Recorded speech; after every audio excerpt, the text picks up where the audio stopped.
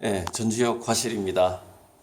전지적 과실에서 10호 작업을 하기 위한 작업대를 얼마 전에 만들었어요. 이렇게 보이죠? 뒤에 뒷받침, 그리고 이렇게 3개씩 올려놓고 작업을 할 수가 있습니다. 네. 그래서 여기서 한 2달간 작은 것들 10호, 8호 이걸 한 10개 정도 완성을 해놓고 혹시 미국에서 올 사람을 기다려야 됩니다. 오늘 어제 영상 실은 어제 영상을 한번 찍었다가 한 40분 정도를 삭제를 했어요. 그러니까 없앴어요. 좀 약간 좀 조명이 저게 잠시만요. 네. 제가 전주역 화실을 처음으로 지금 난방을 하는 겁니다. 처음으로 난방을 하죠. 어제 이제 삭제한 내용이 뭐냐면, 김영석 그 얘기할 때 하고, 일랑 이준호 선생님의 그 집회 화가들이 친일 논란이 왔을 때 제가 평행우주론 얘기를 했거든요. 근데 살짝 좀 걱정이 돼서 삭제를 했는데, 무슨 얘기를 했었냐면 평행우주론적으로 지구상의 다양한 캐릭터가 정확하게 교차하는 특성을 갖고 있는데, 그러니까 무슨 얘기냐면, 우리는 이제 인연이 있고 악연이 있고 그러잖아요. 이렇게 살면서. 그런데 그 자기가 봤을 때 특히 뭔가 이렇게 싫은, 감정적으로 싫은, 예를 들어서 나는 친일파가 너무 싫어 이러면은 그 감정 속에는 어쩌면은 자기가 정말 친일 행위를 했던 것에 대한 자기 자신에 대한 분노가 숨어 있을 수 있다라는 겁니다. 이제 아주 간단하게 얘기하자면 그게 서로 교차되어서 인연을 갖고 있을 수 있다라는 개념이에요. 또는 그러니까 과거에 그랬거나, 또는 내가 친일파가 너무 싫으면 미래에, 그러니까 과거, 현재, 미래가 평행우주로는 없어요. 그러니까 과거, 현재, 미래는 직선상으로 생각하면 안 되고, 차제에, 그러니까 다른 차원에서 자기가 친일파의 경험을 하게 될 수 있다라는 겁니다. 이제 그 얘기를 제가 했는데, 그래서 평행우주론적으로 우리가 감정을 잘 사용하는 방법이 있는데, 그게 뭐냐면 한 서너 가지의 복합적인 감정을 동시에 느끼는 방법입니다. 이게 실은 우리가 문학이 왜 필요한가? 문학은 우리가 도저히 용서가 안 되는 사람을 용서하기 위해서 필요하다라는 말이 있는데, 그 사람의 입장을, 그 내밀한 입장을 책을 통해서 우리가 보게 되는 거죠. 그 감정, 왜 얘가 이렇게 미쳐갔나? 왜 영화에서 보면은 왜 조커 안 봤는데 정말 보고 싶은 영화였는데 못 봤어요. 나중에 그 비디오 방에 가서라도 아니면 스트리밍? 예.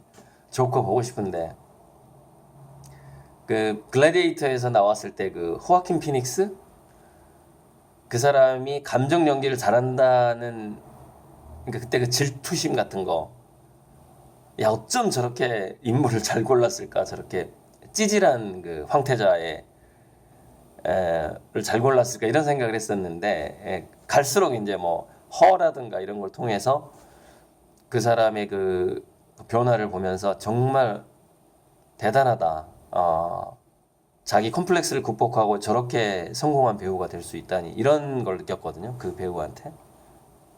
어쨌건 자꾸 이야기가 꼬이는데, 조커가 조커가 될 수밖에 없었던 그 이야기들을 세세하게 다루잖아요. 조커의 탄생에 있어서. 문학 작품이 그런 거거든요. 그래서 이 사람이 악인이 될 수밖에 없다라는 것을, 광인이 될 수밖에 없었다라는 것을 과거에 이렇게 한단 말이죠. 그래서 우리가 예를 들어서 교도소에 가서 그 흉악범일지라도 이렇게 계속해서 상담을 하다 보면은 연민이 생긴다고 그러잖아요. 과거에. 그러니까 뭐냐면은 자, 미워하는 마음, 이해하는 마음, 용서하는 마음, 연민, 거기에 뭐가 또 플러스가 돼야 되냐면은 감사하는 마음이 들어가야 돼요. 무슨 얘기냐면은 저 사람이 나를 대신해서 저 캐릭터라는 연극을 했구나 또는 하고 있구나 라는 그 감사의 마음이 동시에 들어가야 돼요. 여러 가지죠. 자, 미워해요. 괜찮아요. 그런데 이해한 거 하는 마음하고 연민이 들어가야 돼요. 자, 미워, 이해, 연민, 감사. 벌써 네 가지잖아요. 네 가지. 근데 마지막 한 가지는 뭘로 좀 꼽아볼까요? 허무. 꼽자면 어떤 내가 누군가를 미워하고 원망할 때 미움, 이해, 연민, 감사, 허무감, 어떤 공의 느낌, 뭐 타타타, 그죠? 타타타의 느낌이라고 그러죠. 타타타가 거기서 나온 거예요. 타타타가 그 산다는 게 그런 거지 그 노래. 그게 이제 그 타타타가 그 불교 철학에서 나온 거로 제가 알고 있는데 어떤 재행무상, 재범모아의 그 약간 허무한 느낌. 이 다섯 가지의 감정을 우리가 누군가를 미워할 때 동시에 느끼는 것이 뭐를 예방해 주냐? 내가 그 역할을 똑같이 반복하는 걸 예방해 줍니다. 평행우주론적으로 그래요. 제가 어제 이 얘기를 했는데 얘기 좀 말이 좀 꼬였어요. 이 정리가 잘 안 돼가지고 통으로 날렸어요. 통으로 그냥 김영석 철학자 이야기니 일랑이중상 선생님 얘기 통으로 다 날리고 다시 찍은 거죠. 일랑이중상, 김영석 따로 찍고 그다음에 오늘 제가 세 번째로 평행우주론과 감정사용법 뭐 이런 스토리로 지금 다시 찍어보는 건데 예를 들어서 우리가 범죄자라던가 장애인 그리고 전응아 되게 답답하잖아요. 막 이해 못할 때 그런 사람들을 대하는 마음에 있어서 다 똑같아요. 싫거나 미워. 근데 이해를 해. 그 불쌍해 보이기도 연민. 참 내가 동정심이 들어. 그 다음에 감사해. 저 사람이 저런 캐릭터를 나 대신 맡아주는 것 같아. 감사해. 그리고 어떤 허무함이라는 것은 하나의 균형점이죠.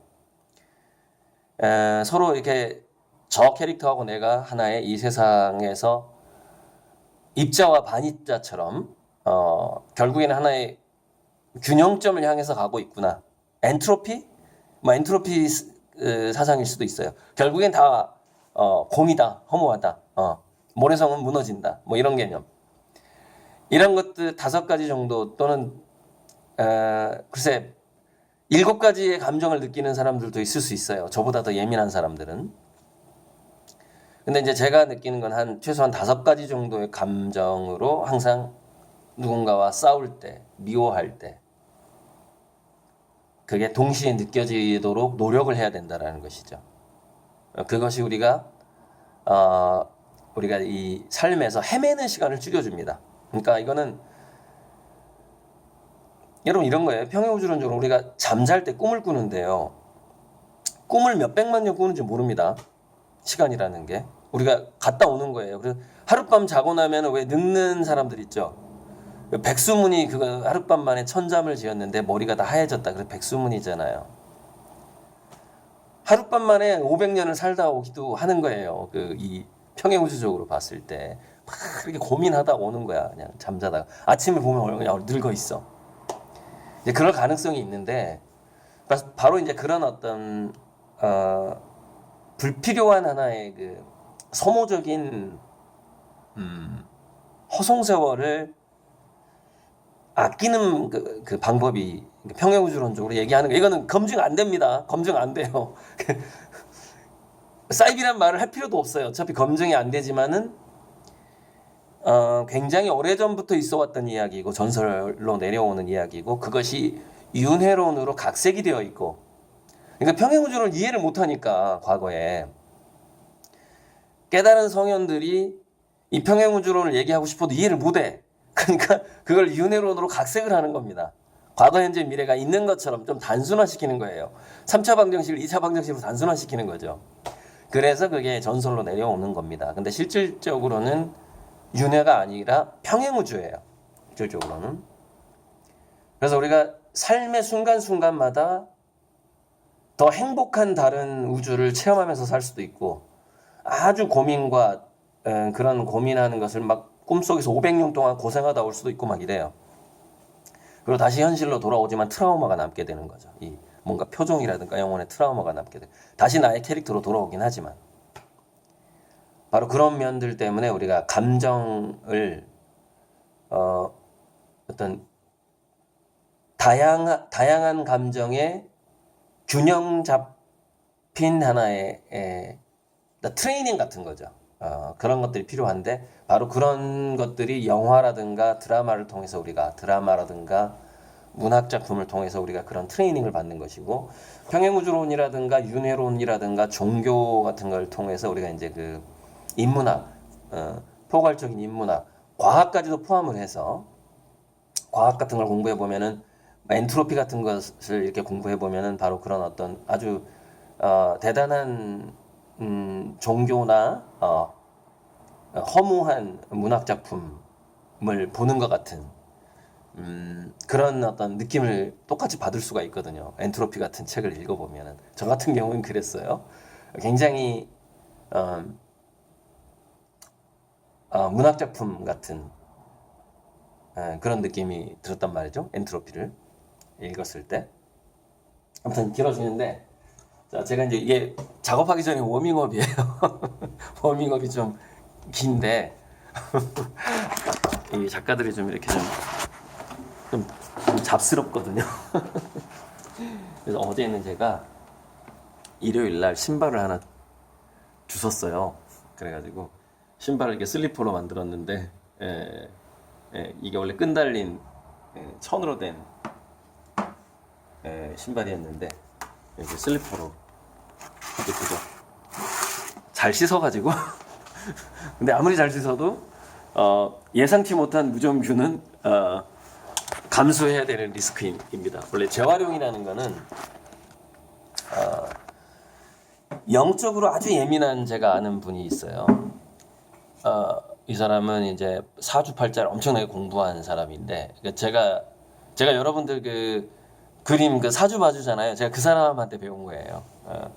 그 사람이 이제 여러 가지 대화를 통해서, 그 사람은 이제 한국의 사주 3명의 고수를 전부 공부해서 엑셀로 다 정리를 해서 생년월일만 딱 치면은 참고서용으로 10페이지가 나오고 고객한테는 4페이지가 자동 프로그램으로 사주를 완벽하게 정리한 사람, 어마어마한 진짜 고수 3명의 그 통계를 낸 사람인데, 그 사람이 영적으로 굉장히 예민합니다. 그래서 자기는 새로 그 공장에서 완전히 새로 나온 옷만 입는데요. 신발도 그렇고 모자도 그렇고. 남이 물려준 걸 못 한대요. 왜냐면은 남이 물려준 거라든가 남이 쓴 거를 자기가 신거나 입으면 그 사람의 기억 같은 게 자기 몸에 전이 되는 걸 느낀다는 거예요. 그러니까 우리가 왜 장기 이전하고 이러면은 심장이라든가 뭐 간이라든가 이렇게 뭐 콩팥 이전하면은 그 상대방의 성격을 담는다거나 뭐 이런 케이스 굉장히 많죠. 그것처럼 그 사람은 남들이 입던 옷, 저게 다 지금 다 얻어 입은 거 이거 다 제가 입던 옷이 아닙니다. 이 바지까지 다, 이 모자만 제가 산 건데, 이 안경하고. 근데 저는 그걸 그냥 개무시. 필요 없어. 다 무시. 당신의 기억이 뭐였든 난 상관없어. 센 거죠. 그러니까 예를 들어 뭐 귀신이 나오는 집에도 막 들어가는 그런 사람들 있잖아요. 그래서 저는 약간 좀 그러니까 안 느껴버리는 거죠. 안 느껴지는 게 아니라 그냥 무시하는 겁니다. 무시하는 건데, 그걸 무시할 수 없을 정도로 그 타인의 기억의 흔적에, 그게 그것도 하나의 차원인데, 기억의 흔적을 그대로 느끼는 사람들이 있어요. 근데 저는 이제 그런 걸 무시하고 물질적인 차원에서 지구의 환경을 보호하자 하면서 누가 버린 거 있으면 그냥 가급적인 재활용을 하려고 하는데 아마 이게 아무리 제가 갑부가 돼도 제 이 스타일은 아마 안 변할 거예요. 그러니까 그건 왜냐면 저희 하나의 철학이고 하나의 신념이기 때문에 돈하고 상관없는 개념이거든요. 아무튼 여기까지 하고 좀 그림하겠습니다. 감사합니다.